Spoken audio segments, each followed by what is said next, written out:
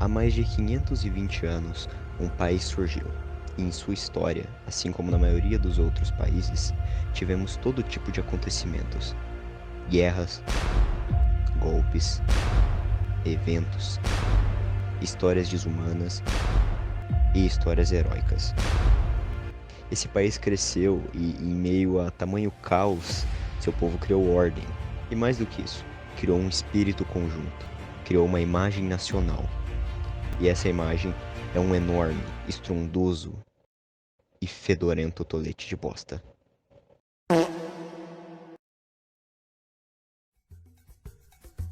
Eu sei que é um pensamento comum entre nós brasileiros a ideia de que nosso país é isso, uma grande merda.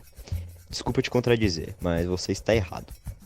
Como eu citei, nosso povo passou, fez e resolveu muita merda em sua história. Cometemos erros e acertos em nossa evolução, assim como a França, Estados Unidos, Rússia, Itália ou qualquer outro grande país que você pensar. Mas por que então consideramos nosso país tão inferior a esses outros citados? Bom, seja qual for o motivo, essa sensação tem um nome.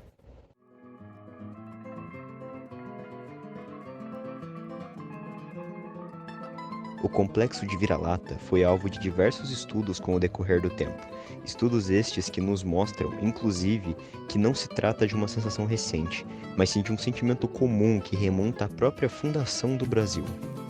Se você pesquisar, poderá achar falas que relacionam esse sentimento à derrota do Brasil pelo Uruguai na Copa de 1950. Outros dirão que se trata de algo mais enraizado, assimilado ao fato de o Brasil sempre ter sido um país miscigenado étnica e culturalmente, o que dificultaria uma criação de uma imagem única da nação e do povo. E isso considerando que praticamente fomos pioneiros em misturar etnias, o que passava uma visão de um país sujo e pouco avançado aos estrangeiros da época. Mas voltando ao meu ponto principal, nosso povo não é atrasado, nem inferior. Eu sei que é difícil acreditar nisso com o seu vizinho ouvindo funk alto na sua janela, ou ouvindo a gritaria dos seus vizinhos tentando separar uma briga de dois vira-latas caramelo. Para te convencer, eu te convido a conhecer algumas coisas sobre a nossa pátria amada.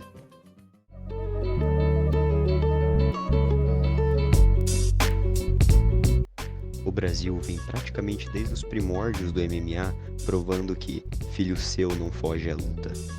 Somos a principal potência no MMA moderno e tivemos grandes nomes que marcaram a luta no passado, nomes esses que citarei mais à frente.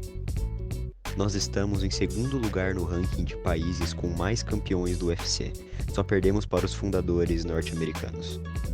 Temos ao todo 18 campeões em quase todas as categorias e gêneros, além de nomes monstruosos como Anderson Silva, tido como um dos melhores lutadores da história do UFC, e Amanda Nunes, também tida como a maior lutadora da história do UFC. Isso sem contar José Aldo, Charles do Bronx, Fabrício Verdun, Minotauro e outros nomes que citarei mais à frente. Também no boxe temos os monstros, Maguila e Popó, que conquistou 4 títulos mundiais. Sim, títulos mundiais, velho. Além de fazermos história em território estrangeiro, fizemos também aqui em casa, sendo criadores de diversas artes marciais, as principais sendo a imprevisível capoeira e o terrível jiu-jitsu brasileiro.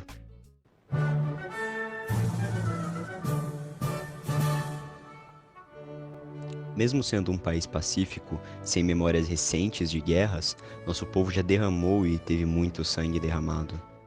As circunstâncias em que o país se desenvolveu, somado ao lugar, não nos propiciaram participar de muitas guerras, como foi o caso dos países europeus, por exemplo.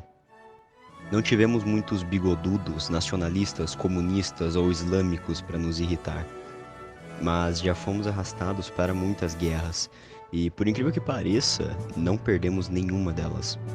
As maiores guerras que o Brasil participou foram a Primeira e Segunda Guerra Mundial e a Guerra do Paraguai.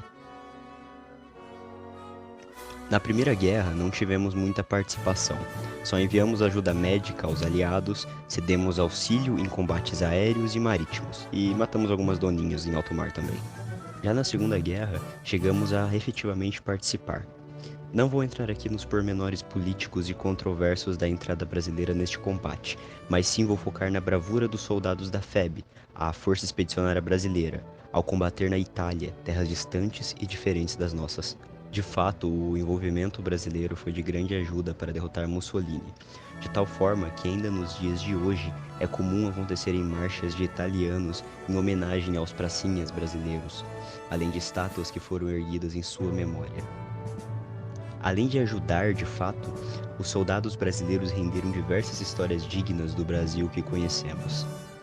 Como em uma situação onde soldados americanos foram acusados e cordialmente questionados pelos brasileiros por um suposto roubo nas áreas de campo brasileira. Supostamente foram roubadas comida, munição, cachaça e outros itens. Obviamente, fomos humilhados pelo comandante americano que menosprezava as tropas brasileiras pelo sua pouca experiência em guerras.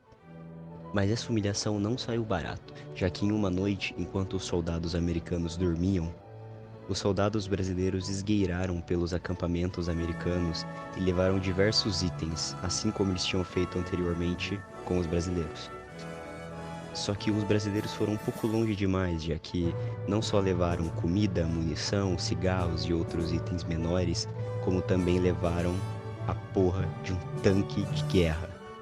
Se conta que este tanque de guerra ficou desaparecido por algum tempo, até que misteriosamente ele reapareceu quando foi emitido para os brasileiros um pedido formal de desculpas. Também tivemos a memorável história dos 3 heróis brasileiros, que contarei mais à frente. Um fato interessante que se passou durante a Segunda Guerra com os brasileiros é como existiam algumas falas peculiares da mídia sobre o fato do exército brasileiro não segregar etnicamente como os americanos faziam. Chegava a um nível que literalmente alguns soldados americanos negros que eram feridos em batalha preferiam ser atendidos pela equipe médica brasileira, por eles saberem que não receberiam um tratamento diferenciado apenas por serem negros. Esse fato gerou diversos elogios e, obviamente, também opiniões negativas da mídia de forma geral. Mas, de fato, a guerra que mais marcou nossa história foi a Guerra do Paraguai, simplesmente a maior guerra do continente americano, ocorrida ainda na época que éramos um império.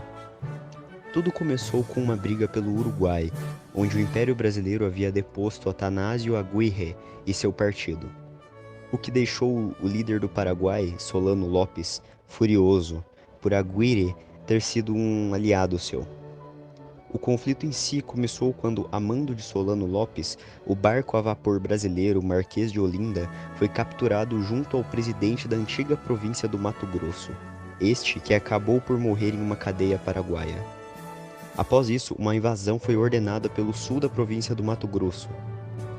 Solano sonhava com uma expansão do Paraguai e a consolidação de um grande império paraguaio nas Américas, mas esse sonho foi interrompido quando ele decidiu invadir a Argentina, que acabou por se unir ao Brasil e Uruguai, formando a chamada Tríplice Aliança, que basicamente, sob o comando brasileiro, repeliram o ataque e levaram a guerra ao solo paraguaio. A guerra chegou ao fim quando Solano foi morto por soldados brasileiros na Batalha de Cerro Corá. Se estipula que o Brasil teve cerca de 60 mil mortes, contando soldados e civis, enquanto o Paraguai teve por volta de 300 mil, causadas seja pelas armas brasileiras, pela fome ou por doenças que se alastraram. Ainda na modernidade, fomos responsáveis por diversas missões de paz em países da América Central e África, levando suprimentos e estabelecendo ordem nessas regiões. Essas missões causam a boa impressão que diversos países pobres possuem sobre o Brasil.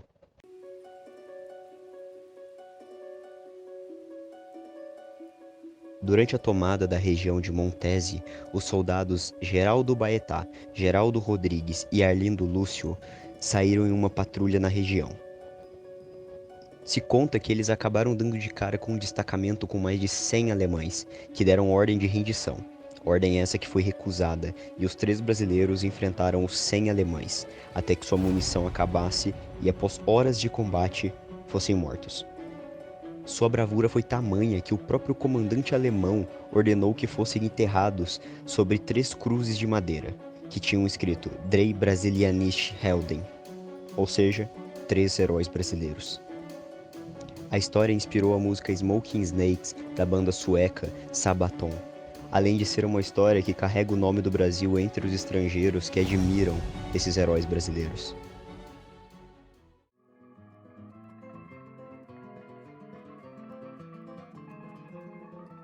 Sempre que vemos algum brasileiro na TV ou internet alegando ter inventado um aparato com possibilidades inimagináveis de solucionar um problema, sentimos uma sensação de descrença, dúvida ou achar que seu projeto não irá para frente. Mas tudo muda se um estrangeiro disser a mesma coisa. Aí passa a ser uma tendência ou milagre vindouro. Sempre que nos entregamos a esse sentimento, acidentalmente desprezamos as grandes mentes que já surgiram entre nós. Grandes mentes? Quais mentes? Você pode me perguntar em tom de zombaria, e eu te respondo com gosto. Talvez você aí, jovem mancebo, não veja o valor que sua mãe veria na mente da dona de casa Terezinha Beatriz Alves de Andrade, hoje em dia milionária pela sua maior invenção, o escorredor de arroz. Parece pouco?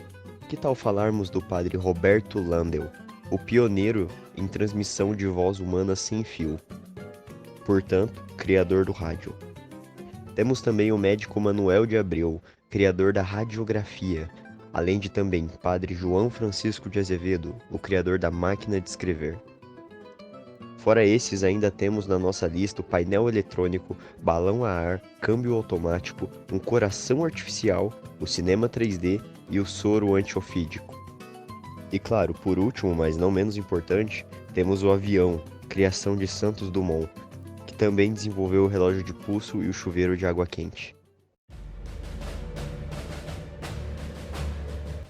Além de vitoriosos nos campos de batalhas reais, somos também nos digitais.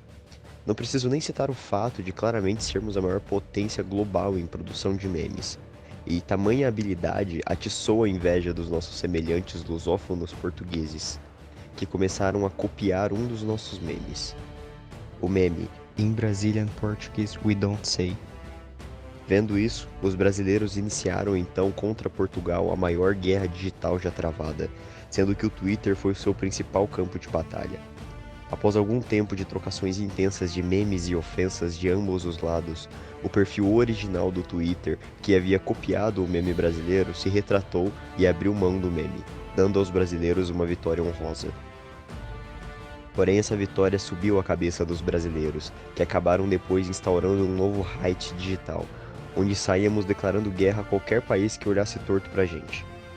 Nessa brincadeira, Argentina, Turquia e Espanha listam os países atacados. Seja como for, mantemos e honramos nosso título de maior potência memeal da Terra. Antes do vídeo acabar, preciso citar um detalhe. As várias pessoas citadas no decorrer do vídeo possuem histórias de vidas recheadas de superação e talento, de tal forma que eu não posso contar toda a história de cada um, para evitar um vídeo gigante.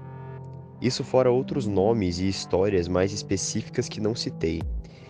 Minha recomendação é que pesquise sobre grandes nomes brasileiros em áreas que você gosta, como cinema, música, esportes, etc. Te garanto que se impressionará com como o nosso povo não fica atrás do mundo, em geral, no quesito talento.